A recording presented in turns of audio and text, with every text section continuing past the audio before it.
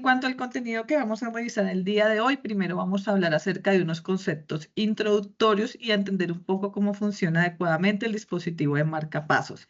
De esta forma podemos entender mejor cómo es la disfunción de los marcapasos, cómo es el síndrome de marcapasos como tal y algunas otras condiciones patológicas que vamos a ver al final. Y como conclusión, el enfoque desde las urgencias.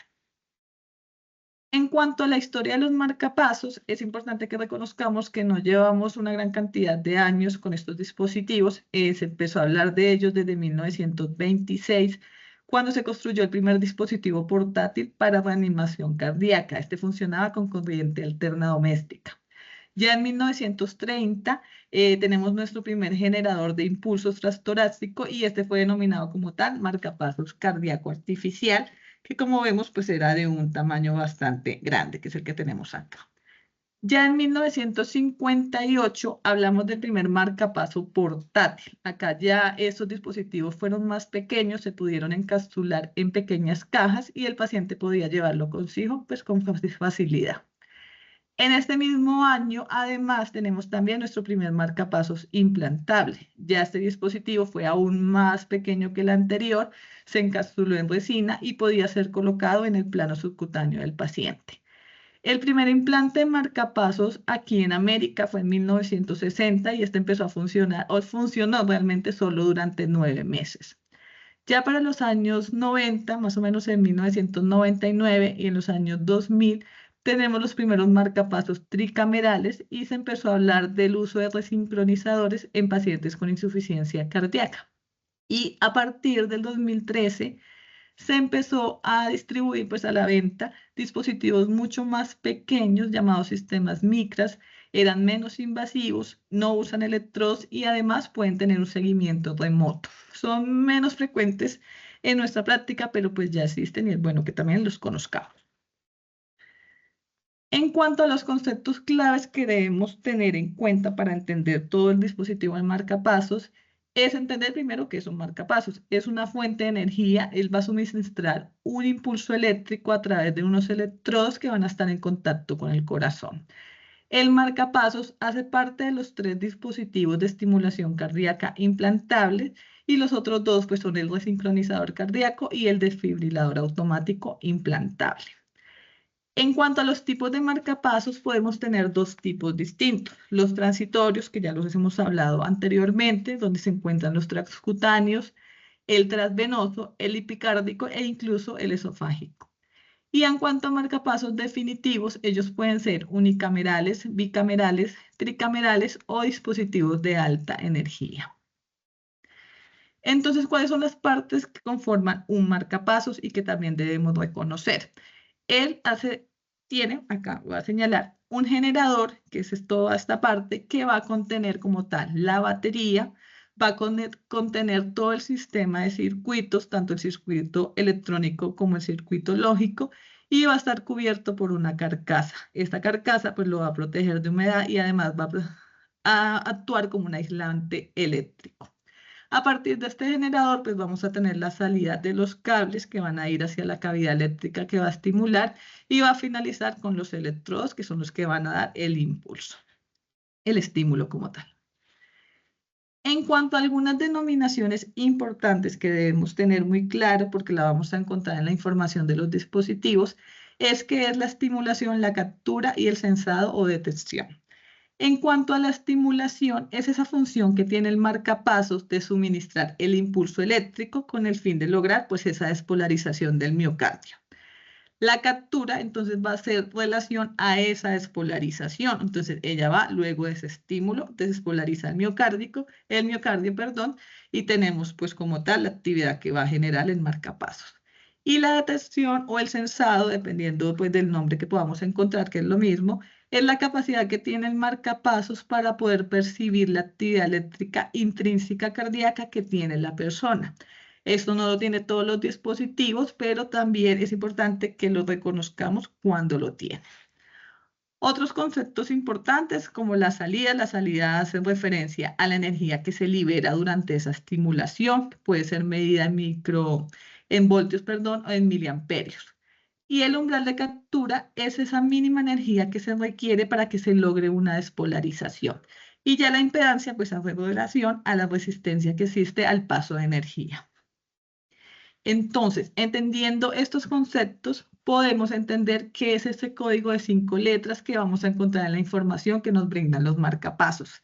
Este código pues, se planteó desde el 2002 y nos va a hablar de qué significa cada letrica. La primera letra que encontramos va a hacer relación a la cámara estimulada que va a generar el marcapasos. Esta cámara estimulada puede ser aurícula, que sería la letra A, ventrículo, que sería la letra B, o dual, que sería la letra D.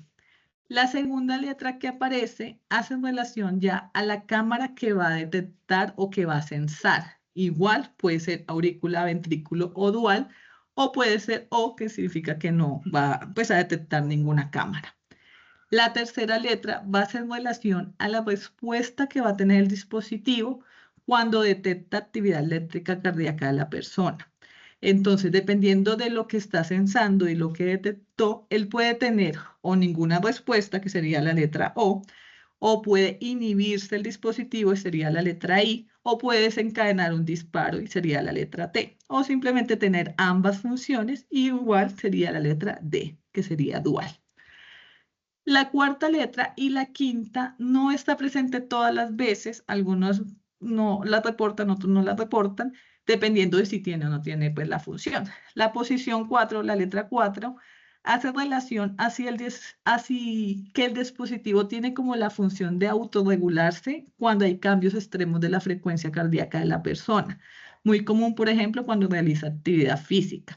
Entonces, él se programa pues a su frecuencia cardíaca que se programa el dispositivo, pero se deja un umbral de cambio de modulación de esa frecuencia en cuanto a si cambia también la frecuencia de la persona. Esto con el fin pues de que sea lo más fisiológicamente posible esa actividad del marcapasos. La quinta letra hace relación a si el dispositivo tiene una estimulación multisitio en la cámara en la que esté localizado. Por ejemplo, si es en la aurícula, pues sería la letra A, es multisitio en ese sitio, igual la B, ventrículo, y D de dual. Entonces, dos ejemplos muy comunes que nos encontramos cuando tenemos pacientes con marcapasos es, por ejemplo, un dispositivo BBI. ¿Qué significaría? Pues que estimula el ventrículo, detecta igualmente el ventrículo y se inhibe cuando detecta esa actividad normal intrínseca cardíaca de la persona. Y otro ejemplo es el dispositivo DDD, puede ir acompañado, por ejemplo, RB, que significaría que estimula ambas cámaras, o sea, dual, detecta ambas cámaras también y tiene la posibilidad tanto de inhibirse o de disparar según lo que esté censando. Además, como vemos, tiene la letra R, o sea, tiene esa capacidad de autorregulación o de biosensor, y la letra B, que sería que tiene una estimulación multisitio ventricular, en este caso biventricular para este ejemplo. Y aquí tenemos entonces cuáles son los modos más comunes que no se podemos encontrar en la práctica. Como ya mencioné, estaba el BBI y el DDD, pero otros dos que nos podemos encontrar también muy comunes son el AAI. Entonces, como ya entendimos las letras, significaría que estimula y detecta la aurícula y que además se va a inhibir cuando detecta esa frecuencia normal. Es útil, por ejemplo, en el manejo de disfunción del nodo sinusal. Y otro dispositivo que también nos podemos encontrar es, por ejemplo, el BOO. Significa que solamente va a estimular ventrículo, pero no va a detectar y obviamente pues no va a tener ninguna respuesta porque no está censando la actividad de la persona. Es decir, tendríamos un dispositivo asincrónico. Entonces podemos tener dos clasificaciones de estos dispositivos dependiendo, según las cámaras en las que esté ubicado el electrodo o según la polaridad de estos electrodos. Según las cámaras, como ya he venido mencionando, puede ser unicameral, o sea, solamente va a una cavidad cardíaca, como por ejemplo acá que va el ventrículo, o puede ser bicameral, que va aquí en este ejemplo aurícula derecha y ventrículo derecho, o que puede ser tricameral, que va aurícula derecha a los dos ventrículos como los desincronizadores. O pueden ser de alta energía, como por ejemplo los cardiodefibriladores, que ellos necesitan pues una energía más alta que los dispositivos anteriores. Y la otra clasificación, que es según los polos de esos electrodos, puede ser unipolar o bipolar o incluso tetrapolar. Porque es importante reconocer qué tipo de polaridad tienen los electrodos, porque cuando vamos a mirar el electrocardiograma, lo que nosotros vamos a mirar es el estímulo que tiene el dispositivo, pues en la actividad cardíaca, y ese estímulo lo vamos a ver como la espiga. Si tenemos una espiga grande, como la que vemos acá en este primer ejemplo, significa que es un dispositivo unipolar. ¿Y por qué sucede esto? Porque la energía o el recorrido energético que va a hacer es como una corriente más larga que si fuera bipolar. Empieza desde el generador, va pues hacia la cavidad, hacia su electrodo, que sería el cátodo, y de ahí pues la energía va a regresar a través de los tejidos hacia el generador. Como vemos, es un circuito grande y pues por lo mismo la espiga va a ser grande. En cambio, el dispositivo bipolar, él va a presentar en el electrocardiograma una espiga pequeña, a veces incluso imperceptible así a primera vista, y se debe a que el circuito es más pequeño, es menor. Va pues su energía, va hacia el cátodo y se va a devolver, por así decirlo, hacia el ánodo, que estaría ahí básicamente cerquita de donde está el cátodo. ¿Qué significa esto? Obviamente el circuito es mucho más pequeño, como podemos ver acá, y la espiga va a ser más pequeña. E incluso algunos pueden tener polaridad, pues dispositivos tetrapolares son menos comunes, pero también los podemos encontrar como los que tenemos acá. Otro concepto importante que debemos saber cómo funciona es el uso de los imanes que tienen los marcapasos. Los imanes van a corresponder a un tipo de interruptor automático que al colocarlo en el paciente lo que va a hacer es apagar esa función de sensado, pues en el dispositivo que tenga esa función activa, y va a prender el estímulo del dispositivo. ¿Qué va a suceder? Pues que vamos a dejar el marcapasos en un modo asincrónico. Es decir, él no va a detectar ninguna frecuencia intrínseca que tenga la persona y va a ir al ritmo al que esté programado. Este ritmo programado va a depender del fabricante del dispositivo. Entonces, pues hay unos cuadros que nos muestran cuáles son los ritmos que va a tener ese dispositivo según el fabricante y según si está al inicio de su vida útil o al final de su vida útil. Y asimismo, esa función de estímulo va a ser a esa frecuencia o a ese latido por minuto. Y es el que vamos a ver en el paciente. Hay que tener cuidado en el momento de usar estos imanes porque, por ejemplo, pacientes que tengan patologías secundarias como isquemia miocárdica, desequilibrios electrolíticos o hipoxia, cuando colocamos estos imanes, como se va a desencadenar una sincronía ventricular, puede llegar a ser riesgosa en estos pacientes y provocar algún tipo de arritmia que sea pues, fatal en el paciente. Además, cuando colocamos estos imanes, si los colocamos de forma constante, se puede alterar la programación del marcapasos y puede llegar a causar una pérdida permanente o transitoria de la estimulación del dispositivo. Y algunas otras ocasiones, aunque menos frecuente, cuando retiramos el imán, puede aparecer una taquicardia mediada por el marcapasos. Entonces, hay que tener en cuenta estos efectos adversos del uso del dispositivo. Algunas indicaciones del uso de marcapasos que podemos ver en los pacientes como antecedente cuando nos llegan con el dispositivo. No voy a ampliar como tal en este tema porque las indicaciones son muy grandes y tiene diferentes criterios para saber cuándo colocarlo o no colocarlo, pero vamos a ver cuáles son los más importantes. Bradicardia por disfunción del nodo sinusal o del nodo auriculoventricular, como lo vimos la semana pasada. Bloqueos bifasciculares crónicos, estimulación para bloqueo AB asociados a infartos, también en síndrome del seno carotídeo hipersensible, bradicardias persistentes o sintomáticas en pacientes que han sido trasplantados pues, de corazón, también prevención y extinción de arritmias por estimulación y cardiomiopatías hipertróficas y dilatadas. Para poder entender ahorita lo que es la disfunción del marcapasos y los hallazgos que vamos a encontrar en el electrocardiograma, es importante que reconozcamos primero cómo es un electrocardiograma normal en los pacientes con marcapasos. Es importante reconocer tres cosas. Primero, que el marcapasos no va a estimular de forma continua. Él no todo el tiempo va a tener una activación porque muchas veces la frecuencia del paciente es mayor a lo que está programado el dispositivo y pues no hay necesidad de que el dispositivo estimule. Otras veces, y esto es muy importante, no que no veamos la espiga en el dispositivo, en el electrocardiograma, es decir, que no haya esa estimulación, no significa que el dispositivo no esté funcionando. No necesariamente significa eso. ¿Por qué? Pues por lo mismo que explicaba ahorita. Puede que la frecuencia del paciente simplemente sea mayor a la que está programada el dispositivo y pues como no hay necesidad de estimular, obviamente no vamos a ver espiga. Y no significa que no esté funcionando el dispositivo, simplemente no lo necesita en ese momento. En los dispositivos, pues que censan la actividad eléctrica de la persona, ¿no? Otras veces, y en relación a lo que les hablaba ahorita de la polaridad, si son cables bipolares, como el que tenemos acá, que muestran estas espigas tan pequeñas, vemos esos electrocardiogramas a, a toda carrera y no vemos la espiga y no, creemos que no está funcionando. Simplemente es que es un dispositivo bipolar, la espiga es tan chiquita que a veces se nos puede pasar por alto y eso pues no puede suceder. Estos cambios electrocardiográficos que voy a mostrar son inducidos dependiendo de la cámara que esté estimulando el dispositivo y dependiendo obviamente de la posición que tenga el cable dentro de esa cámara. Entonces, estos electrocardiogramas muestran cómo son la estimulación unicameral. El primer trazado pues es un ritmo sinusal normal. El segundo que vemos acá, entonces podemos identificar varias cosas. Primero, es un ritmo de marcapasos, tiene espigas grandes, es decir, es un dispositivo unipolar.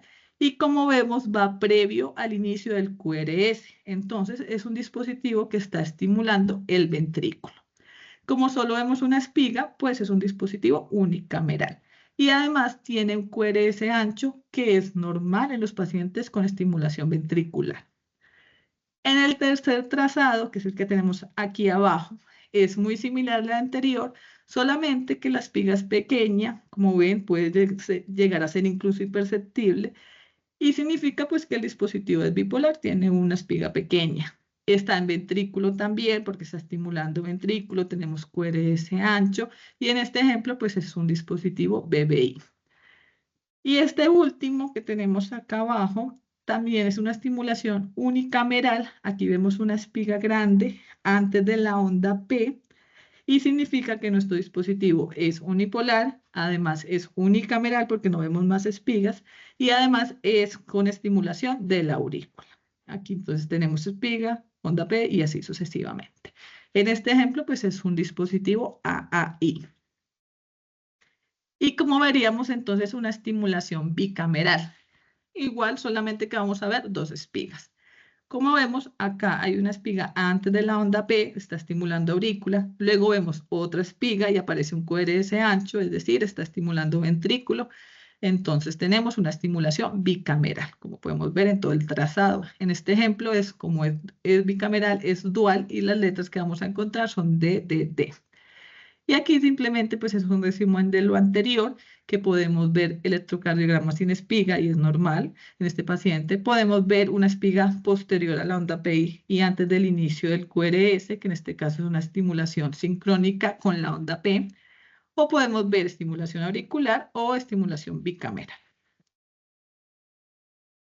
Aquí quiero mostrarles en la estimulación ventricular y cómo podemos ver este trazado electrocardiográfico que nos va a mostrar pues, las espigas, nos muestra además los QRS anchos y un patrón de bloqueo de rama izquierda. Es normal en este paciente, nos da idea que el dispositivo, como tal, los cables y los electrodos están ubicados en ventrículo derecho y como empieza la despolarización desde el ventrículo derecho, va a producir este bloqueo de rama izquierda y es completamente normal en este paciente.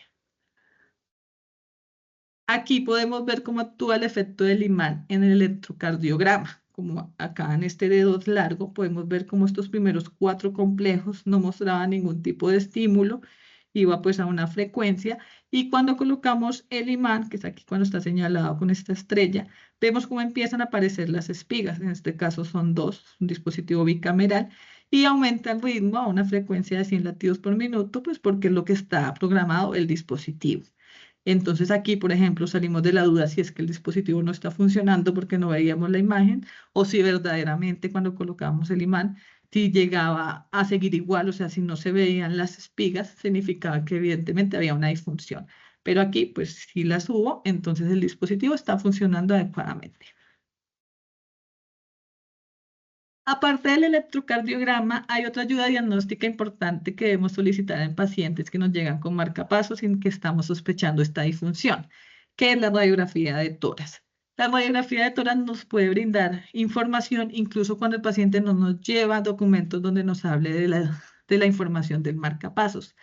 Podemos ver acá cómo está el generador, si está pues embollados los cables, si se han desplazado los cables o los electrodos. Si no tenemos información del dispositivo y vemos esta imagen, por ejemplo, en la radiografía B, y vemos que tenemos un electrodo en aurícula y un electrodo en ventrículo, pues ya sabemos que es un dispositivo bicameral. O este que tiene dos cables y tres electrodos, perdón, tres cables y tres electrodos, pues es un dispositivo tricameral. Aparte de darnos esa información, también nos puede mostrar si hay daños en el generador, si hay desplazamiento de esos electrodos o si se han enrollado los cables o incluso si se han roto esos cables. Y también es importante que esta radiografía no solamente sea de la vista AP, porque muchas veces se nos queda corta y no podemos ver adecuadamente los electrodos. Por ejemplo, esta radiografía, vemos cómo van los cables, pero acá como que se nos pierde la imagen. Y si la vemos acá, que también es del mismo paciente, pero es lateral, ahí vemos muy claro cómo están los cables, vemos cómo están los electrodos, si están bien ubicados, si no hay ningún desplazamiento y nos da mayor información sobre cómo se encuentra ese dispositivo en el paciente. Entonces, ya reconociendo todos estos patrones normales del paciente portador de marcapasos, entonces vamos a entrar a hablar de las disfunciones de marcapasos. Aquí podemos encontrar tres tipos de disfunciones que suelen ser disfunciones mecánicas y se deben muchas veces a pérdidas de conexiones de los cables, agotamiento de la batería como tal, defecto de los cables, dislocación de electrodos u otras alteraciones ahí como tal del dispositivo. Pueden ser de tres tipos: fallo de sensado de detección, dependiendo de cómo lo veamos, fallo en la estimulación o fallo en la captura. Entonces, por ejemplo, el fallo de detección o fallo de sensado puede darse por dos formas. O sea que básicamente nuestro dispositivo no está detectando la actividad eléctrica intrínseca de la persona en un dispositivo que había sido programado para eso. Entonces se puede ver o que de verdad no está detectando nada de la actividad intrínseca, o sea, hay subdetección, y puede ser por alteraciones mecánicas, mal posición de los cables, mala programación, que se rompió algún aislante o algún cable, se perdieron las conexiones o simplemente hubo agotamiento del generador. Aquí en estos pacientes podemos ver en el electrocardiograma cómo va a perderse la sincronía entre la estimulación del dispositivo y la actividad cardíaca de la persona, ¿no?, del paciente. Por ejemplo, aquí tenemos, pues, en este se ve mejor, en este en T3, vemos cómo la espiga está después del QRS, cuando debería estar antes, pues porque va a despolarizar. La actividad del paciente pues va a su ritmo y el marcapasos va al ritmo en el que está programado. Entonces, como no está detectando lo que debería detectar. Y otra que puede suceder con este fallo es que sobresense lo que no debe sensar. Por ejemplo, que el dispositivo me esté sensando actividades de señales eléctricas de otros dispositivos aparte que no sean el marcapasos. O sea, que hayan interferencias electromagnéticas. Muy común si no sabemos cómo reprogramar el dispositivo cuando el paciente va a ser llevado a cirugía y se usa electrobisturí. Esto hace que el dispositivo capte esas señales eléctricas como si fuera actividad cardíaca y va a empezar a disparar su estímulo. Otro ejemplo es cuando van a ser llevados a resonancia magnética. También puede suceder esto. El otro tipo de fallo es el fallo de estimulación, es decir, no está suministrando el impulso eléctrico. Entonces, este era el que les mencionaba ahorita, de que nos podía entrar como la duda si es que porque no vemos la espiga el dispositivo no sirve, o si simplemente la frecuencia del paciente está siendo adecuada y el dispositivo pues no ve la necesidad de disparar. Podemos salir de la duda entonces con el uso del imán. Si aparece la espiga y se va a su frecuencia que está programado, pues está normal. Si no aparece esto, significa evidentemente entonces que sí hay un fallo de la estimulación del dispositivo.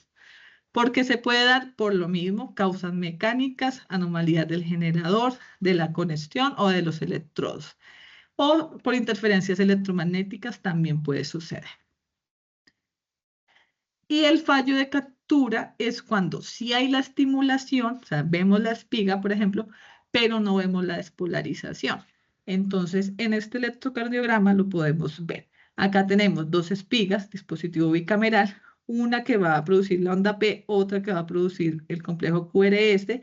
Aquí lo tenemos, los tenemos, pero cuando llegamos acá, vemos cómo hay este estímulo, pero no hubo la despolarización de la aurícula. Entonces, hubo un fallo de la captura. Evidentemente, el dispositivo sí estimuló, pero no se despolarizó. ¿Por qué puede pasar esto? Lo mismo, anomalías mecánicas como tal, pero también cuando se aumenta el umbral de estimulación. Esto puede suceder, por ejemplo, en trastornos electrolíticos como la hiperpotasemia, en necrosis cuando hay pacientes con infarto agudo de miocardio, en uso de fármacos como antiarrítmicos o incluso diuréticos y fibrosis de la punta del electrodo, pues entre otras causas. Hay dos síndromes muy interesantes que tienen que ver con la disfunción de marcapasos en su relación mecánica como tal del dispositivo. Uno de ellos es la disfunción de marcapasos por síndrome de Ril. Aquí lo que hay es una rotación del generador en su eje transversal y se van a enrollar los cables y los electrodos a nivel pues del generador, como podemos ver acá en esta radiografía.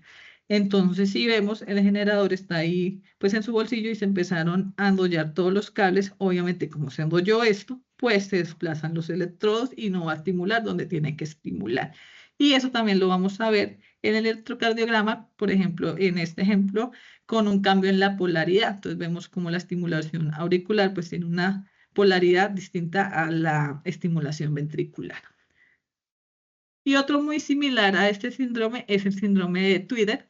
Él también va a ser por una pérdida del contacto de los electrodos con el miocardio, pero va a ser secundario a tracción y enrollamiento de esos cables a nivel del bolsillo del implante por manipulación, pues generalmente por manipulación por parte del paciente, de ahí del sitio donde tiene implantado el marcapasos. Entonces aquí lo podemos ver en estas radiografías y cómo básicamente todo el cable y todo el electrodo se salió de la cámara cardíaca. Teniendo en cuenta entonces estas disfunciones de los dispositivos, podemos entonces hablar de qué es el síndrome de marcapasos. Aquí lo que vamos a hablar es que es una constelación de signos y síntomas que van a ser secundarios a un impacto hemodinámico cuando hay pérdida de sincronía auriculoventricular, pues obviamente en un paciente portador de marcapasos. ¿Qué sucede? Que ya esta sincronía no va a ser fisiológica, no va a ser auriculoventricular, sino que va a ser una conducción retrógrada ventrículo-atrial. Esto evidentemente pues, va a llevar a que haya una interacción y unos cambios neuromoronales, autonómicos, vasculares, y van a llevar a consecuencias hemodinámicas sintomáticas en el paciente. Fue escrito por primera vez en 1969 por Mitsui e inicialmente se hablaba de este síndrome de marcapasos asociado a dispositivo BBI porque era el más común que aparecía pues los síntomas y los signos, pero ya en 1991 y dándonos cuenta, pues dándose en cuenta ellos de que este síndrome podía aparecer en otro tipo de programación distinta a BBI, pues se cambió este concepto a que ya no era un síndrome de marcapasos secundario a dispositivo BBI, sino secundario a esa pérdida de la sincronía auriculoventricular. El estudio MOS, que ya les voy a mencionar ahorita, también fue un estudio que evaluó pues, la incidencia de este síndrome y se vio además que la principal causa de cambiar la programación del dispositivo de BBI a un dispositivo dual fue este síndrome de marcapasos casi en un 50% de los casos.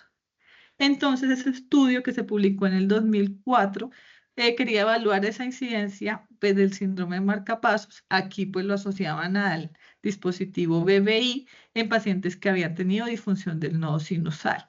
Tenían una población de 996 pacientes con este dispositivo. De ellos, un 18.3% cumplieron los criterios de síndrome de marcapasos. Realmente los criterios eran sintomáticos porque no hay como tal una escala que nos hable de unos criterios para este síndrome. Y además se evidenció que en el transcurso de más tiempo iba aumentándose la aparición de este síndrome de marcapasos. Por otra parte, esta aparición de esos signos y síntomas asociados al dispositivo tenía además un impacto muy importante en la calidad de vida de los pacientes. Y en el momento en que se reprogramaba el dispositivo, se cambiaba o se solucionaba la causa, mejoraba considerablemente esa calidad de vida que estaban teniendo. ¿Cuáles son entonces los mecanismos fisiopatológicos del síndrome? Y que además nos van a ayudar a entender los signos y los síntomas. Entonces, principalmente hay una disminución del gasto cardíaco. ¿Por qué? Porque primero va a haber una pérdida de la sincronía auriculoventricular, la contracción de la aurícula se va a encontrar con una válvula AV cerrada. Eso va a generar que hayan presiones retrógradas hacia venas yugulares, hacia el sistema cava, pues a todo la parte venosa que viene hacia atrás y origina pues una regurgitación venosa, va a alterar llenado ventricular, distensión auricular, va a persistir este problema y con el tiempo va a haber un remodelado ventricular, va a haber una disfunción del ventrículo izquierdo también y se va a disminuir el gasto cardíaco. Como mencioné hace un rato, este síndrome puede aparecer no solamente con el dispositivo BBI, aunque sea el más común, pero también puede aparecer con otro tipo de programación que esté llevando a esa pérdida de la sincronía. Entonces, el síndrome de marcapasos no es exclusivo de la programación BBI. Aquí tenemos un ejemplo, este es un electrocardiograma con un ritmo de marcapasos a 72 latidos por minuto, tiene captura del 100% y podemos observar esa retroconducción, es decir, esa pérdida de la sincronía y ahora va a ser una conducción ventriculoatrial.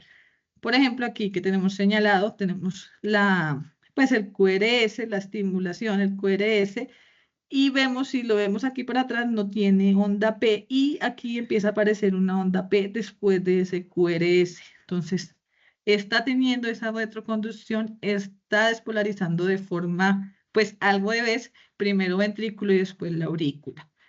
Este paciente tenía un marcapasos BBI y empezó a presentar los primeros síntomas a las 4 semanas. Él fue pues por disnea, por malestar en el cuello y pues después de hacer la comprobación con electrofisiología, se comprobó que había una persistencia de una retroconducción y que estaba pues mal programado el dispositivo y por eso había esta alteración como tal.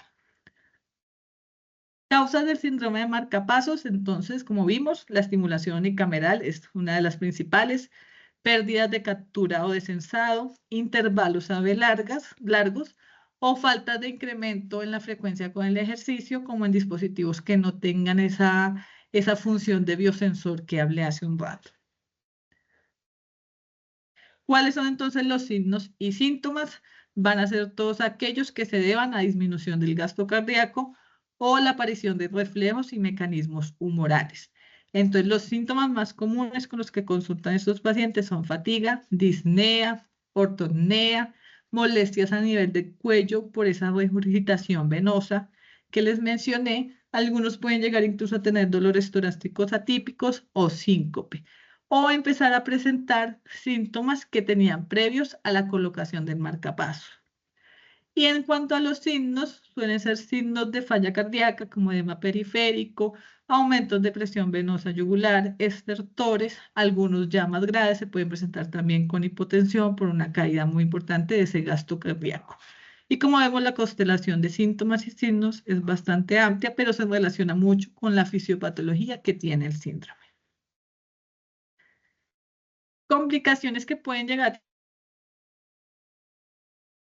se soluciona el problema, pueden llegar a aparecer fibrilaciones auriculares, eventos tromboembólicos o la complicación más común que es la falla cardíaca. El tratamiento del síndrome de marcapasos va a ser de la mano con electrofisiología. ¿Por qué? Porque dependiendo de la causa que se encuentre de esa disfunción y de esa retroconducción, asimismo se va a poder mirar cómo se va a cambiar o la programación del dispositivo o ver si hay un daño como tal de él que toque reemplazarlo. Entonces, por ejemplo, un síndrome de marcapaso tradicional unicámara por un dispositivo BBI, normalmente lo que hace en electrofisiología es actualizar este sistema de estimulación a un modo dual, como por ejemplo el DDD, y se va solucionando pues el problema. Otros ejemplos son cuando aparece ese síndrome de marcapasos en dispositivos bicamerales. Generalmente lo que se hace es una reprogramación del intervalo PR, se elimina como detección de ondas P que sean retroconducidas y pues todo este manejo lo va a hacer electrofisiología. Lo mismo que cuando se encuentran programaciones inadecuadas. Por nuestra parte es importante reconocer el síndrome, reconocer las disfunciones del marcapasos, saber diferenciar si está funcionando bien o no lo está y optimizar las complicaciones, como por ejemplo la falla cardíaca u otra complicación que llegue a aparecer, forma de que esté lo más estable posible para que se puedan hacer los procedimientos de electrofisiología. Aquí hay un caso clínico también muy interesante. Esta era una mujer de 70 años, portadora de un marcapasos bicameral. Como podemos ver, tiene la presencia de 2 espigas y se lo habían colocado hace 2 años porque tenía un bloqueo AB completo. Recién le colocaban el dispositivo, ella empezó a presentar disnea progresiva y ya pues a los 2 años esta disnea ya había aumentado demasiado y pues consultó. Este electrocardiograma, que es el de ella, muestra pues las 2 espigas, muestra cómo hay captura ventricular, pero no hay onda P precedente. Y además vemos una segunda espiga que no está donde debería estar, está más o menos donde debería estar como la onda T, el segmento de ST, y hay una imagen ahí como dudosa de la onda P, es decir, hay como una retroconducción, se está estimulando primero ventrículo y luego se está estimulando la aurícula. Se le realizó esta radiografía, vemos cómo tenemos pues el generador ahí, los cables, pero sí podemos ver con más detalle estos cables y estos electrodos no están en la posición adecuada donde deberían estar. Aquí lo vemos mucho mejor en esta lateral. Este electrodo y este cable auricular debería estar mucho más arriba. Aquí está en el piso de la aurícula derecha. Debería estar aproximadamente por acá. Está bastante pues desplazado. Y si vemos también el cable que va al ventrículo, está más o menos en el sector interventricular, esto es ventrículo derecho, y él debería estar igual, más atrás. Entonces esta paciente fue reintervenida, se comprobó que había ese desplazamiento de los cables y los electrodos, pero además tenía una inversión de los electrodos y el electrodo auricular no estaba funcionando adecuadamente. Se hizo pues todo el recambio, se reprogramó el dispositivo, se colocó donde debía colocarse los electrodos y posterior a ello la paciente empezó a mejorar todos estos síntomas que había tenido y toda pues la condición clínica de la disnea que estaba presentando desde la colocación del dispositivo. Finalmente quiero hablar de 2 patologías muy interesantes. Puede aparecer toda esta constelación de signos y síntomas que les había mencionado de síndrome de marcapasos en pacientes que no son portadores de marcapasos. Esta condición realmente tiene una incidencia no muy bien conocida, suele ser una entidad subdiagnosticada, pero su fisiopatología es igual a lo que vimos anteriormente. Hay pérdida de esa sincronía, hay conducción retrógrada, hay frecuencias cardíacas inapropiadas, hay contracciones auriculares retardadas y esas consecuencias hemodinámicas. La única diferencia es que el paciente no tiene ningún marcapasos. Causas que pueden llevar a este síndrome, las más comunes son bloqueo AB de primer grado que tenga intervalos PR muy grandes, muy prolongados, mayores de 300 milisegundos, o que tengan ritmos nodales más rápidos que la frecuencia auricular. Signos y síntomas van a ser prácticamente los mismos que vimos anteriormente. Disnea siempre es como el más común que se presenta y todos los demás que ya les había mencionado. Hay otra condición también muy importante y conocida, o un poco conocida realmente, que es la cardiomiopatía inducida por estimulación cardíaca. Esto se debe pues no solamente al marcapasos, puede ser por otro tipo de estimulación de los dispositivos que mencioné al inicio. Y aquí lo que sucede es que con el tiempo, con los años, se va a empezar a presentar una disfunción ventricular en algunos pacientes que tienen estimulaciones cardíacas pues crónicas, muy común cuando son estimulaciones en ventrículo derecho. Esto va a llevar a que con el tiempo haya remodelaciones ventriculares, se va a empezar a disminuir la fracción de eyección de la persona y vamos a tener pues una falla cardíaca con FEBI disminuida. La literatura todavía no está muy clara de cuánto es esta variación de la fracción de eyección. Puede ser una fracción menor de 40%, algunos hablan de que sea menor de 50%, Y otros pues mencionan que sea menor, o sea, que disminuya 5 al 10% de la FEBI que tenía antes. Aunque no está muy bien estudiado todo esto, sí se han identificado factores de riesgo que pueden llevar a que el paciente tenga este tipo de cardiomiopatía. Las más conocidas son altas cargas de estimulaciones en el ventrículo derecho. La más común y la que suele ser más importante es que el paciente ya tenga una FEBI reducida antes pues, de colocársele el marcapasos. También presencia de bloqueos de rama izquierda o antecedentes de otras condiciones como infartos, enfermedad renal crónica, fibrilación auricular persistente. La incidencia está ahí como en estudio también. Se suele hablar de que puede llegar a ser un 12% de pacientes que tengan estimulaciones ventriculares derechas crónicas. Y aquí esta imagen quería mostrarles cómo ese deterioro de la contracción mecánica suele suceder cercanos a esos sitios de estimulación y ahí es donde va a iniciar ese remodelado adverso y va a llevar a que posteriormente la contracción cardíaca pues sea menos efectiva. Y en el 2021, cuando la Sociedad Europea de Cardiología pues, nos publicó la guía como tal de estos dispositivos, le dedicó un pequeño apartado a la cardiomiopatía inducida por dispositivos de estimulación. Solamente nos habló como la frecuencia en la que puede llegar a aparecer entre un 10 y un 20%, que puede aparecer más o menos después de los 2, 4 años de la colocación del dispositivo y que estaba muy asociada pues a esas altas cargas en los umbrales de estimulación del ventrículo derecho. Y finalmente, ya como en modo de conclusión y de resumen, entonces, ¿cuál es el enfoque desde las urgencias con todo lo que vimos anteriormente? Primero, pues si tenemos la sospecha de la disfunción del dispositivo o del síndrome de disfunción de marcapasos, debemos tener primero una historia clínica muy completa, no solo de los signos y síntomas que está presentando en el momento, también los que presentó antes de que le colocaran el dispositivo, los antecedentes que tiene y toda la información que podamos recoger del dispositivo. Nos vamos a apoyar entonces en dos ayudas diagnósticas, el electrocardiograma de 12 derivaciones y la comprobación radiológica AP y lateral por todo lo que ya les mencioné anteriormente. Tenemos que mirar si hay posibles interferencias o si hay diagnósticos diferenciales que nos estén afectando el dispositivo.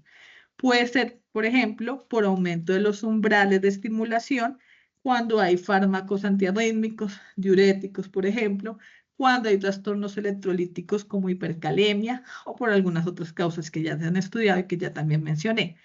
O si el paciente estuvo recientemente sometido a alguna técnica como hemodiálisis, radioterapias, resonancias magnéticas o cirugías donde usaron electrobisturí, que como vimos puede alterar, pues como tal el estímulo y la captura y todo lo demás del dispositivo. Y dos preguntas muy importantes que debemos hacernos siempre. Primero, si el paciente pues tiene complicaciones o si tiene signos y síntomas ya de insuficiencia cardíaca, pues se debe optimizar ese paciente, se debe tratar pues de la forma en que se trata las complicaciones. Y la segunda pregunta que nos debemos hacer es si ya con toda la información recogida y con todo el examen físico y paraclínico del paciente, sospechamos definitivamente que es un síndrome de disfunción de marcapasos o sospechamos que el dispositivo no está funcionando adecuadamente, debemos saber entonces si requieren manejo por electrofisiología, porque el tratamiento va a ser directamente al dispositivo y lo tiene que realizar pues la especialidad pues, disciplinaria que va enfocada al dispositivo. Entonces debemos reconocer este tipo de cosas y así pues también podemos ayudar a mejorar pues la condición en la que nos llega el paciente. Y como vimos anteriormente, muchas veces ellos mejoran después de que se hace este manejo y los síntomas empiezan a desaparecer. Muchas gracias por la atención. Quiero recordarles que todos los miércoles a las 8 p.m. tenemos nuestras revisiones de tema y que para la próxima semana vamos a hablar acerca de ataque isquémico transitorio, qué hacer.